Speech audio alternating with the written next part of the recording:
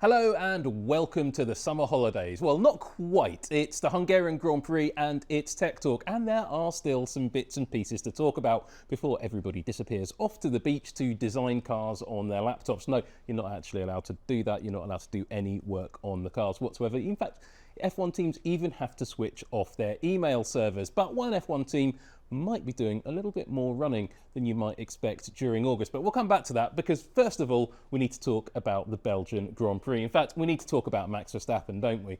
This is the cooling outlet that Max Verstappen ran on Friday's free practice session at the Belgian Grand Prix. You can see it pretty clearly. Red Bull have run stuff like this for quite a long time.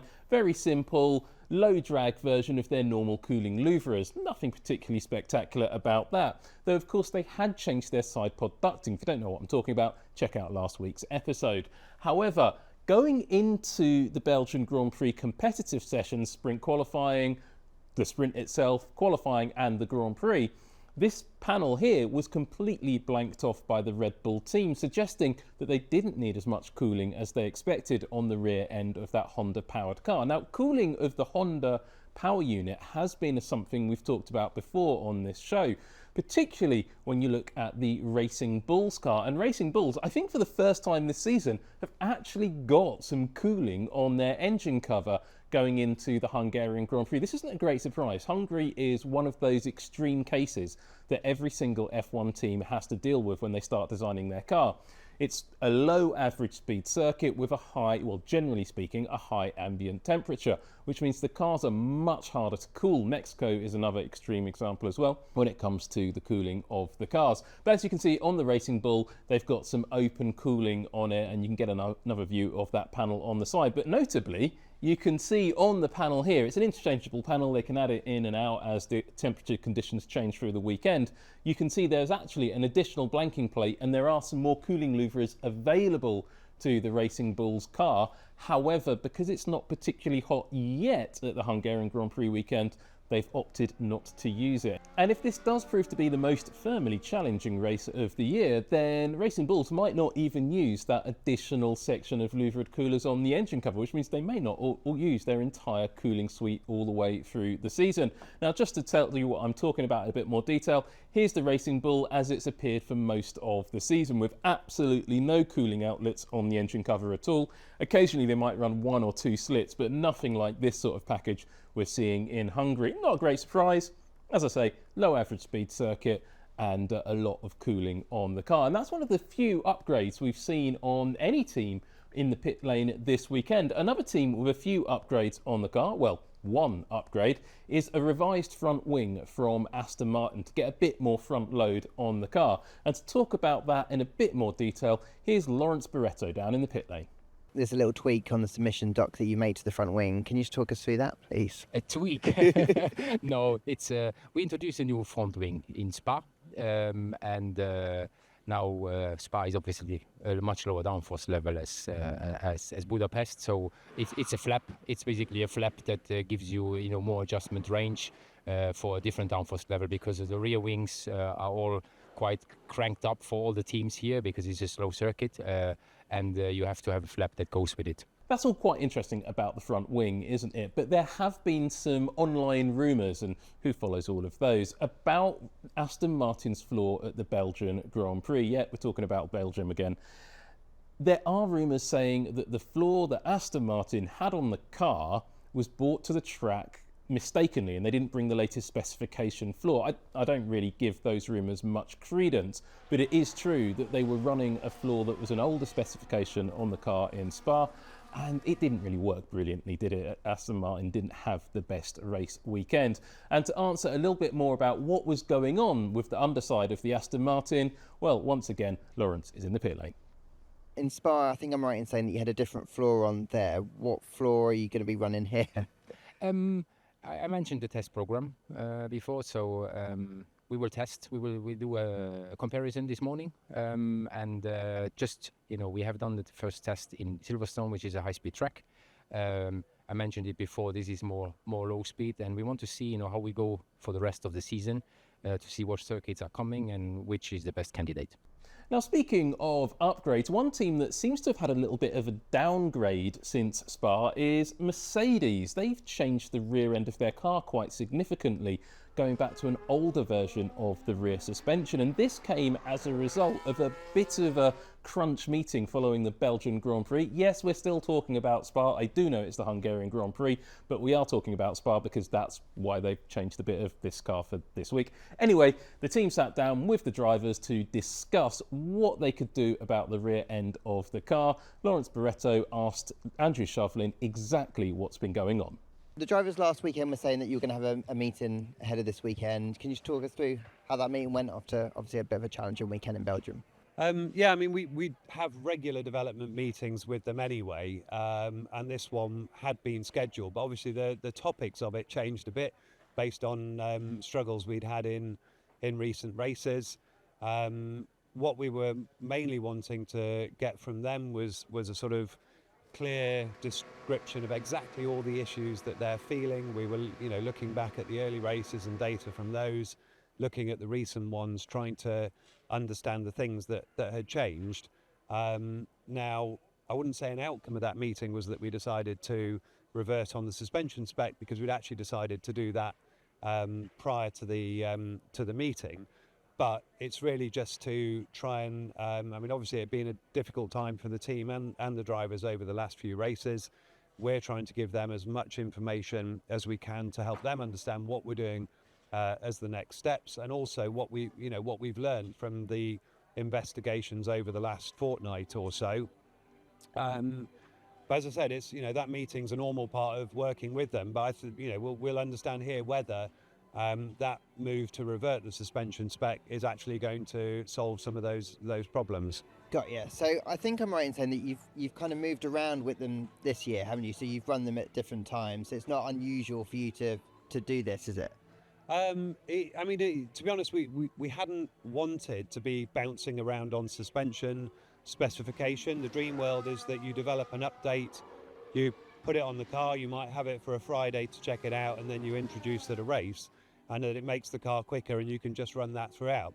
Now, this suspension, we had concerns after we introduced it in Imola. We then took it off for the two following races, and perhaps inconveniently, we put it back on for Montreal, where we were on pole and we won. And that was the best race of the year. Now, we weren't naive enough to think that Montreal is the perfect sign-off for anything, because it's a very unique track. It's only got slow speed corners in it, but equally we felt that it probably can't be too flawed if you can then go and get a good result at, or if that is your best result. So maybe that tripped us up a little bit. We've had a run of wet races recently, and we were also embarking on some setup experiments in Austria that maybe it's muddied the waters a bit. But what was clear looking at the last two was the confidence the drivers had in the fast corners simply wasn't where they had at the start of the year, which was why we've then taken the decision to remove it again. I don't know if this is an obvious question, but presumably if they feel that comes back to them around here, you'd want to stick with this and then you'd pursue different options to add performance to the car. To be honest, we haven't really thought much beyond what are the outcomes that are possible here. Either it does solve the problem, and in which case great, we'll then review whether there's anything we want to do in future based on that learning. If it doesn't solve the problem, then we need to look at the few remaining items that it could possibly be, but that's not a long list now. So as I said, we'll see what we find here. You don't always get the result you want or you hope for, but within it all there'll be some learning to be taken. When this kind of thing happens, where maybe you put something on the car and it kind of doesn't deliver what you were hoping it would do, how much does that put you back? I know there's always learnings to be gained, but how much does it put you back? It affects both your performance, obviously. If you're in a cost cap environment and you've invested in a development item that doesn't then remain on the car, that is wasted resource. As you can sort of hear by description of, we put it on the car, we took it off, we put it back on, we've taken it off. There's an element of sort of confusion and muddying the waters when you're bouncing around on car spec that makes it more difficult for the drivers and the engineers to land everything in the same place. And then it obviously knocks your confidence and your morale a bit, because when you're on a development role and everything's delivering, it's great, and everyone's pushing to bring things to the car, and you see that the performance is ratcheting up with every weekend. When you get the opposite, it is frustrating. But there isn't any team that won't have been through an issue at some time where developments don't give you what you expect. And no doubt there'll be something that we will learn from this that we didn't know prior to it, and that will benefit us in the future. But it's far from an ideal situation, but you can only work with what you've got in front of you at the time, and we'll look to make the best of this going forward. Well, as I said at the beginning, Formula One is about to take its summer break, and the regulations basically say that every single team has to switch everything off, including the email servers, and go and sit on the beach for 3 weeks and just come back ready when we go to the beach at Zandvoort. Some people could actually double up and stay at the beach in Zandvoort and not have to do any more travelling, though I don't think any team is planning to do that. Though one team that is planning to do some travelling is the Haas team, the other Ferrari-powered team. Anyway, they are going off on holiday to Japan, to Fuji Speedway, where they're taking at least one car, maybe even a couple, for Ryo Hirakawa and Sho Suboi, Toyota drivers, to run around Toyota's own circuit on the lower slopes of Mount Fuji. An interesting choice of holiday activity, but one I fully understand. And while they do that, it's probably quite likely that the Haas engineers who have gone on holiday are going to be sitting on the beach thinking back about how the season has gone so far. There's been some high points for Haas, it's sure, and some low points. And Jonathan Heel of the Haas team tells Lawrence Barretto what's on his mind as we go into the summer break. This year the development's gone very well, and what we managed to do in the wind tunnel seems to be performing on the car when we put the real parts on the car, which helps us have confidence also for next year that the development will go well for next year as well. What do you think has been the key to achieving that? Because I know this team hasn't always been able to do that over the years, but it really feels like that has been something in the last couple of years you've really found your groove in that way. So one of the things is changing to a much more engineering approach. So we try to make sure that we put things in the wind tunnel that we believe are working. We test them, things that work in the wind tunnel, we then put them on the car to develop, and then we make sure that what we are developing on the car is actually improving the car's performance, and then we keep the things which improve the performance. So I think that approach has helped us to keep developing and keep moving forwards. We saw at Silverstone, obviously you put the new package on, and I think everyone seems to have suggested it's a good baseline to work with, and you can kind of do a lot of the things with that foundation. Can you just explain how critical that is when you go from circuit to have that kind of base to work from? So the most important thing is understanding that the items that you put on the car are actually giving you performance and actually improving the performance of the car. There's a lot of times in past development where you put something on the car, you think it might be improving the performance, and it's only after a few races that you find out that it's not improved the performance. So making sure that you have that performance improvement is what's most critical for us. And the analysis tools that we use to be able to determine that performance really helps to understand that the items that we're putting on. And I think we can see that in the performance of the car. Well, that's a fascinating look back on how it's gone for Haas. I wonder how it's going to go for the rest of the season and how it's going to go for everybody else. Well, you'll have to find out when we get to Zandvoort in a few weeks' time. I hope you have a good holiday. I know I'm going to.